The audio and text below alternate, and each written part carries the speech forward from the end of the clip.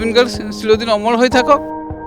পৃথিৱীৰ মানুহে যেতিয়া তাৰ কাৰণে প্ৰাৰ্থনা কৰিছে, গতিকে মই এই প্ৰাৰ্থনা হিচাপে সেইটো লিখিছোঁ, সৃষ্টিকৰ্তাৰ ওচৰত প্ৰাৰ্থনা হিচাপে লিখিছোঁ। গতিকে তাতটো লিখি থৈছোঁ, জীৱনে আত্মাই চিৰশান্তি পাওক, স্বৰ্গত থাকক, এইখিনি লিখিছোঁ। সেইখিনি মই ক'লোঁ যে মই কাটো নাকাটো, আপোনালোকে ইলেকশ্যন ব্ৰাঞ্চহে কৰিব, কাটা নাকাটা। যদি কিবা ভুল হৈছে ইলেকশ্যন কমিশ্যন অফ ইণ্ডিয়াৰ ওচৰত মই ক্ষমা বিচাৰিছোঁ।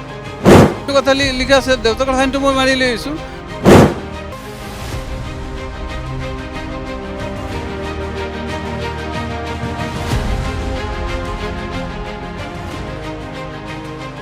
মই জুবিন গাৰ্গৰ ঘৰত মই আগতেও যাওঁ, পিছতো যাওঁ, কিন্তু সেই ভোটাৰ তালিকাত লিখিছিলোঁ এই জুবিন গাৰ্গ মৰাৰ আগৰ পৰাই যে এছ.আৰ. কাম আৰম্ভ হ'ল।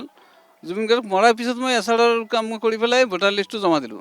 তেতিয়া ভোটাৰ লিষ্টত মই লিখিছিলোঁ যে জুবিন গাৰ্গ চিৰদিন অমৰ হৈ থাকক, আত্মাই চিৰশান্তি লাভ কৰক, আত্মা স্বৰ্গত থাকক, এইখিনি প্ৰাৰ্থনা হিচাপে লিখিছোঁ। গোটেই পৃথিৱীৰ মানুহে যেতিয়া তাৰ কাৰণে প্ৰাৰ্থনা কৰিছে, গতিকে মই এই প্ৰাৰ্থনা হিচাপে সেইটো লিখিছোঁ, সৃষ্টিকৰ্তাৰ ওচৰত প্ৰাৰ্থনা হিচাপে লিখিছোঁ। গতিকে এইবিলাক যেতিয়া চাৰিওফালে যাব, এইবিলাক সুধি আছে, মই গম নাপাওঁ, নাজানো আৰু। ফৰ্ম 7 এইটো মানে ফৰ্ম 7 মই কাৰো ফিল আপ কৰা নাই। মৃত্যু বুলি আমি লিখি দিওঁ, মৃত্যু বুলি লিখি দিওঁ, তাৰপিছত অফিচে কাটে, সেইবিলাক অফিচে কাটি দিয়ে, আৰু দৰকাৰ হ'লে আমি ফিল আপ কৰি দিম গোটেইখিনি, এনেই অসুবিধা একো নাই, দৰকাৰ হ'লে আমি ফিল আপ কৰি দিম। গতিকে ফিল আপ বৰ্তমান কাৰো কৰা নাই, মৃত্যু বুলি লিখিছোঁ চব।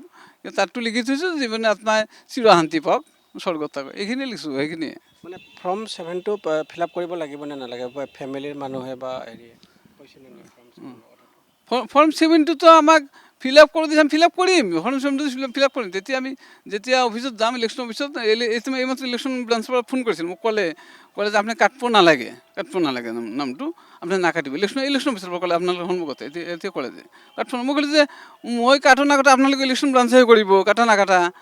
কৈছে আপুনি কাটিব নালাগে। গতিকে ইলেকশ্যন কমিশ্যন অফ ইণ্ডিয়াতো আমাৰ ওপৰত আছে না, গতিকে আমি ধৰ ইলেকশ্যন কমিশ্যন অফ ইণ্ডিয়াৰ নিয়ম মানিহে চলিব লাগে। তাতে সেইকাৰণে কৈছোঁ, মই জুবিন দাৰ ক্ষেত্ৰত যিটো কথা কৈছোঁ বা লিখিছোঁ, যদি কিবা ভুল হৈছে ইলেকশ্যন কমিশ্যন অফ ইণ্ডিয়াৰ ওচৰত মই ক্ষমা বিচাৰিছোঁ, বা গোটেই অসমৰ ওচৰতে ক্ষমা বিচাৰিছোঁ। কোনোবাই ভুল বুলিও ক'ব পাৰে যে আপুনি কিয় লিখিলে। গতিকে সেইকাৰণে মই আপোনালোকৰ চেনেলৰ যোগেদি কৈছোঁ মই আৰু খোলা কথাটো।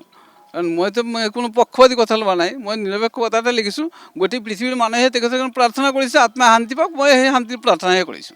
মৃত্যু ব্যক্তি ডেইলি পাই আছোঁ, বৰ্তমানেও 4-5টা পাই গ'লোঁ। গতিকে পাই আছোঁ। গতিকে সেই বৰ্তমান 15-16জনমান পাই গ'লোঁ। গতিকে এনেকুৱা একাউণ্ট একেবাৰে ডাইৰেক্ট হিচাপটো বৰ্তমান ওলাব পৰা নাই। আমি জমা দিয়াৰ সময়ত হিচাপটো পূৰা ওলাওঁ। এতিয়া 2জন কম হ'ব পাৰে, বেছি হ'ব পাৰে। এতিয়া ধৰক বৰ্তমানলৈকে 15-16জন পাই গ'ল মৃত্যু ব্যক্তি।